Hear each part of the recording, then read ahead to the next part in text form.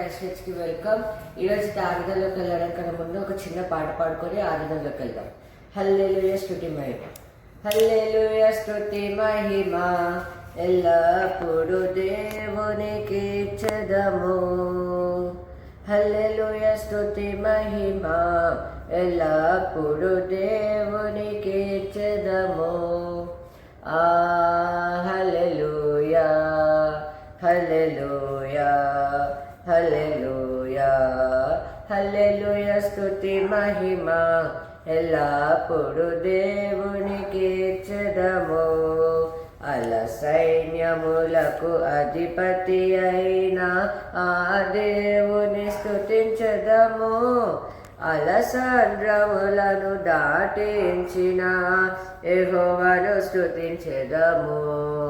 హల్లెలూయా స్తుతి మహిమ ఎల్లప్పుడు దేవునికి ఇచ్చెదము.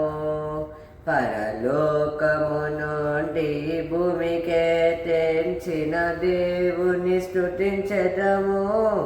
నశించిన దాన్ని వెదకి రక్షించిన ఆ యేసుని స్తుతించెదము. హల్లెలూయా స్తుతి మహిమ ఎల్లప్పుడు దేవునికి ఇచ్చెదము. Thank you.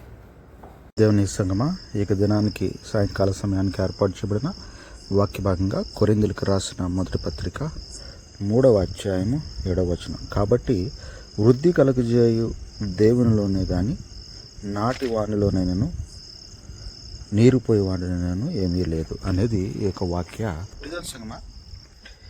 ఈ మధ్యకాలంలో మనము చాలా చూస్తూ ఉన్నాం. అమెరికా ఫస్ట్, అలాగే వన్ ఇండియా. అంటే దీని అర్థం ఏంటంటే అమెరికా ఫస్ట్ అంటే వారి దేశంలో వారి యొక్క దేశస్తులకి మొదటి ప్రాధాన్యత అని.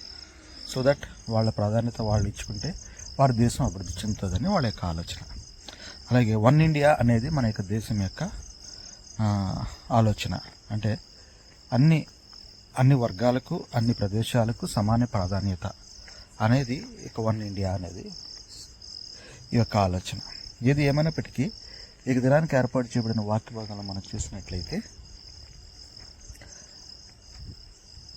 ఎన్ని ఆలోచనలు మానవుడు కలిగి ఉన్నా అభివృద్ధి చెందడానికి, అలాగే ఎదగడానికి ఎన్ని ఆలోచనలు చేసినట్లే దేవుని యొక్క కనికరము, దేవుని యొక్క ప్రేమ అనేది మానవ జాతి మీద లేకపోతే ఎన్ని అమెరికా ఫస్ట్లు అనుకున్నా, ఎన్ని వన్ ఇండియా అనుకున్నా ఆ యొక్క కార్యక్రమం అనేది మనకు ఫలితాలను ఇవ్వదు అనేది ఈ వాక్యం ద్వారా దేవుడు చెప్తా ఉన్నాడు. మన యొక్క మానవ జీవితాల్లో దేవుని మీద భయము అనేది రోజు రోజుకి తగ్గిపోవడం మనం చూస్తూ ఉన్నాం. భక్తి ఉంటుంది, దేవుని మీద భక్తి ఉంటుంది. ఆ భక్తి ఎవరైనా పాపం చేసినప్పుడు ఆ పాపాన్ని దేవునికి పూజించడం ద్వారా ఆ పాపాన్ని తొలగించుకోవచ్చు అనే ఆలోచనతో వాళ్ళు ఉండడం భక్తిగా మనం చూస్తూ ఉన్నాం. భయం అయితే లేదు.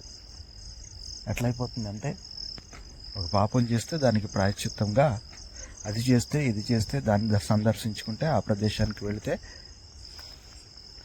మనకు పాపానికి విముక్తి కలుగుతుందనే ఆలోచన మానవుడు కలిగి ఉన్నాడు. కానీ పాపం అనేది చేయకూడదు, అది మనల్ని నరకాములోనికి తీసుకువెళుతుంది, మానసికంగా మనం మరణించిన వారం అవుతామనే ఆలోచన మాత్రం, అంటే భయము, దేవుని మీద భయం లేదు, భక్తి ఉంది. కాబట్టి ప్రియమైన సంగమా, ఇక వాక్యాన్ని మనం చూసినట్లయితే నువ్వెన్ని ప్రయత్నాలు చేయి, ఏ విధంగానైనా నువ్వు అభివృద్ధి చెందాలని ముందుకు వెళ్ళు, కానీ దేవుని యొక్క కరుణ, దేవుని యొక్క ప్రేమ మన మీద లేనప్పుడు మన యొక్క అభివృద్ధి ఆలోచనలు, ప్రణాళికలు మనకు ఫలితాలను ఇవ్వవు అనేది ఈ వాక్యం ద్వారా దేవుడు మనతో మాట్లాడుతూ ఉన్నాడు. ఇక చిన్న వాక్యాన్ని దేవుడు ఆశీర్వదించి, దీవించి, కాచి కాపాడును కాక. Amen. Praise lord. Ending prayer చేసుకొని ఈరోజు ఆరాధన ముగించుకుందాం. ఏసయ్య నిన్నంతా మాకు ఎలాంటి అపాయం జరగకుండా చూస్తున్నారు. థ్యాంక్ యూ ఏసయ్య. ఈరోజు పొద్దు నుంచి మధ్యాహ్నం వరకు, మధ్యాహ్నం నుంచి సాయంత్రం వరకు మాట పాటలేదు, నడకలేదు, చదువులేదు, మాకు ఎలాంటి అపాయం జరగకుండా చూస్తున్నారు. థ్యాంక్ యూ ఏసయ్య. పొద్దు నుంచి మధ్యాహ్నం వరకు, పొద్దు నుంచి సాయంత్రం వరకు ఖుషి స్కూల్లో ఉండేటప్పుడు ఖుషికి ఎలాంటి అపాయం జరగకుండా చూస్తున్నారు. Thank you Yesayya. డాడీ పట్లూరుకి వెళ్తున్నప్పుడు, డాడీ కారు ప్రయాణంలో పట్లూరులో ఉండేటప్పుడు డాడీకి ఎలాంటి అపాయం జరగకుండా చూస్తున్నారు. థ్యాంక్ యూ ఏసయ్య. మళ్ళీ డాడీ సురక్షితంగా ఇంటికి చేరేలాగా చూడండి ఏసయ్య.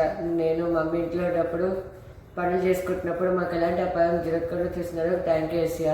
నాకు ఉండే జలుబును తగ్గించి స్వస్థపరిచినందుకు థ్యాంక్ యూ ఏసయ్య. లైవ్లో వీక్షించిన ప్రతి ఒక్కరిని పేరు పేరున ఆశీర్వదించండి ఏసయ్య.